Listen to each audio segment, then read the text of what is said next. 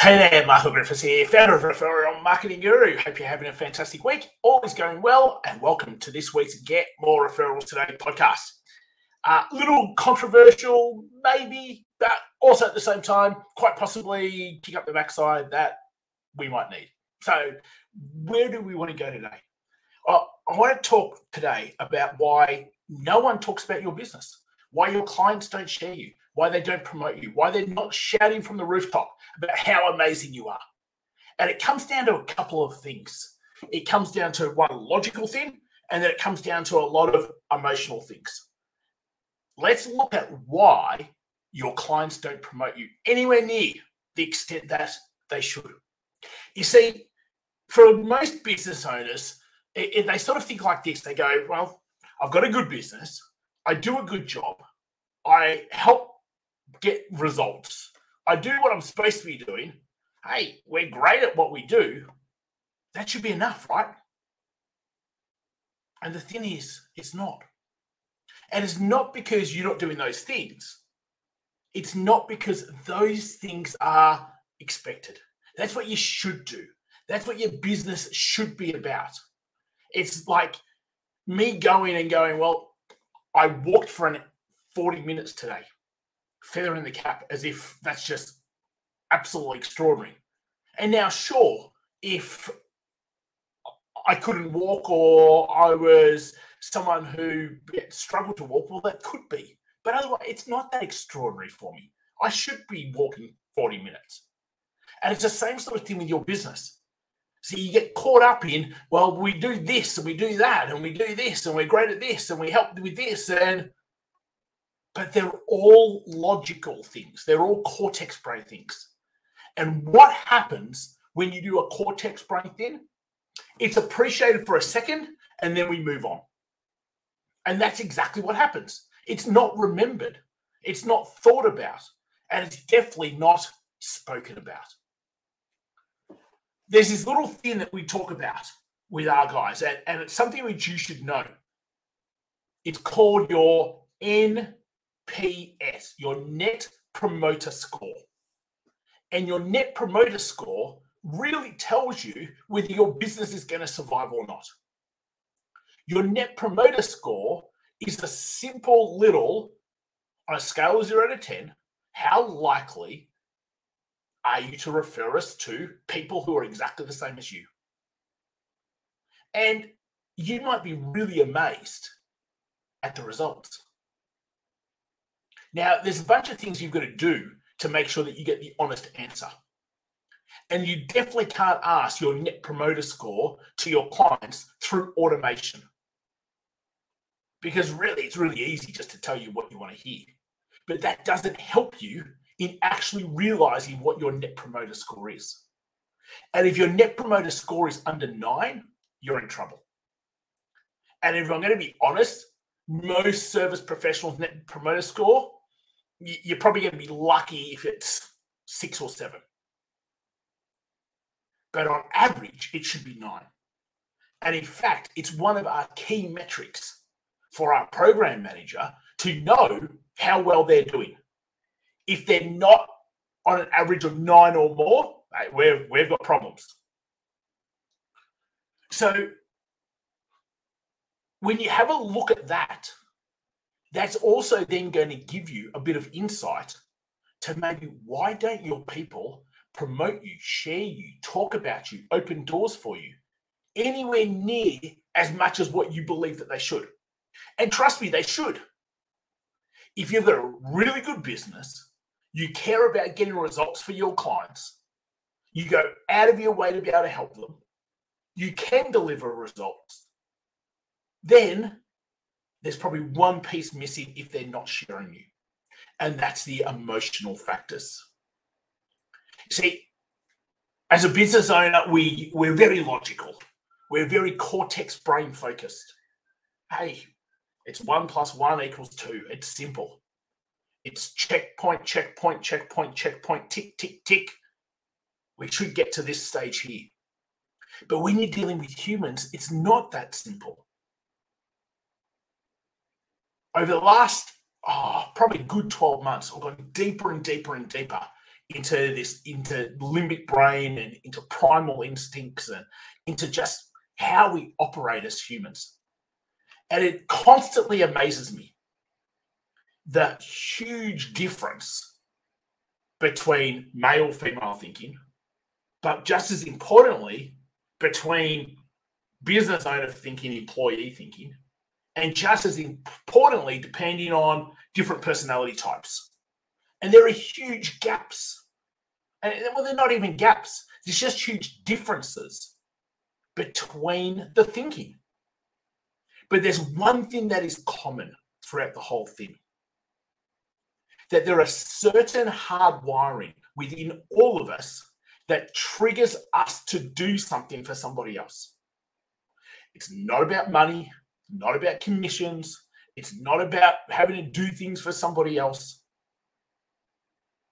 It always centers around how that person makes you feel.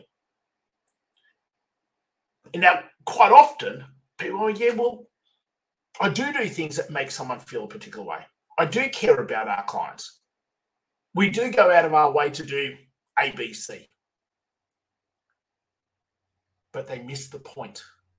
They miss that little circuit board that's inside each person's brain that actually then lights up and they go out of their way to do things. It's why we put in place client journey pathways. It's why we strategically want to make sure that every single person is not just experiencing great service, they're experiencing great emotions. Now, when you get to, well, what can I do to be able to make someone experience great emotions? You actually have to become a little bit emotional yourself. You have to come from this place of heartfelt that we talk about. You have to get out of logical thinking. You have to understand a little bit of neuroscience. You have to understand the limbic brain. You have to understand why humans do what they do. And across your whole business, it's also probably the thing that, hey, when things go well, you might be able to pinpoint it, but I can guarantee most of the time you probably can't. It just went well. But if you look closer at it, there'll be a reason it went well. And whether that's because of how you attract or how you nurture or how you enroll or how you deliver, you focused on a feeling. You focused on hitting this little circuit board in that person's brain. That circuit board that controls all human behavior, that controls all decision-making. And you made it light up by the way that you actually did the activity and you made them feel a particular way. Well, it's no different to if you want your clients to be able to talk about you. You need to firstly know your net promoter score. On a scale of 0 to 10, how likely are you to refer people who are exactly like you? And if the average isn't 9 or higher, you're in trouble. Now, that feels like it's a pretty big score, but it is. Most people don't spend anywhere near enough time in the first 30 days with a client or the journey of a client focusing on emotional factors. Sure, they know on day 0 they've got to get this form, and on day 2 we're going to do this particular check-in, and on it's tick, tick, tick, tick, tick. It's also why most of the time, whether it be your program manager, account manager, community manager, whatever you call them, really is just wasting their time in your business versus what they really should be able to do. They should be your best BDM. But they can't be if all you ever do is just focus on cortex brain activities. And that's what most people focus on. That's all people talk about. And whether it's because they don't quite understand the power of the limbic brain, or whether it's because they just don't know what activities are limbic brain type of activities, or they just haven't thought profoundly enough about how do we actually make this journey more extraordinary than what it is right now. It could be a mixture of all those things. But if you want a client to start talking about you, start sharing you, start opening doors for you, start promoting you, start introducing you to other people, then you've got to create emotional factors within the journey. Not just tick the box things, not just lip service for the sake of it. You actually have to go out of your way to wow.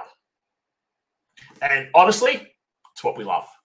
And as I'm just talking to you about this, straight away, I'm thinking all these other things. Oh, we should be doing this and we could be doing this. So it's part of your being.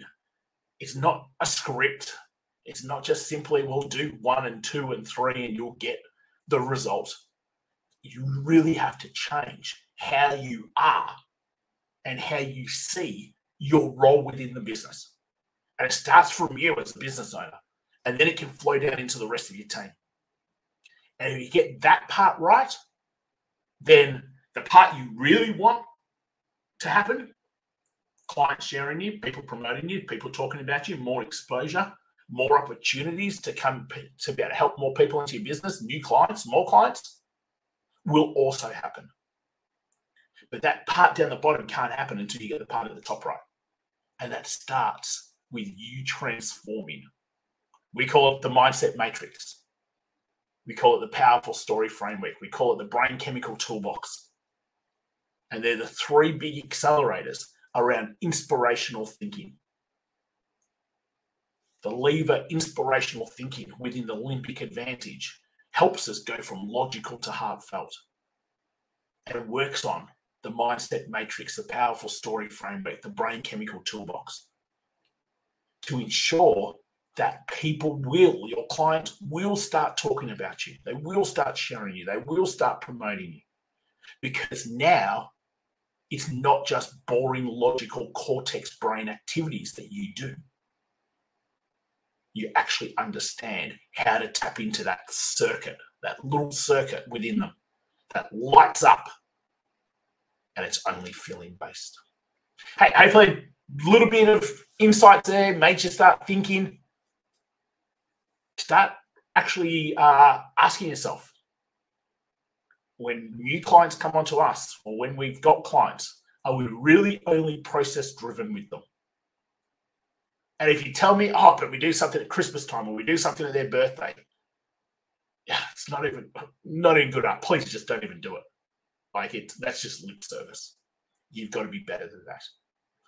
Okay, till next time, take care. I'll see you real soon. See you later, all.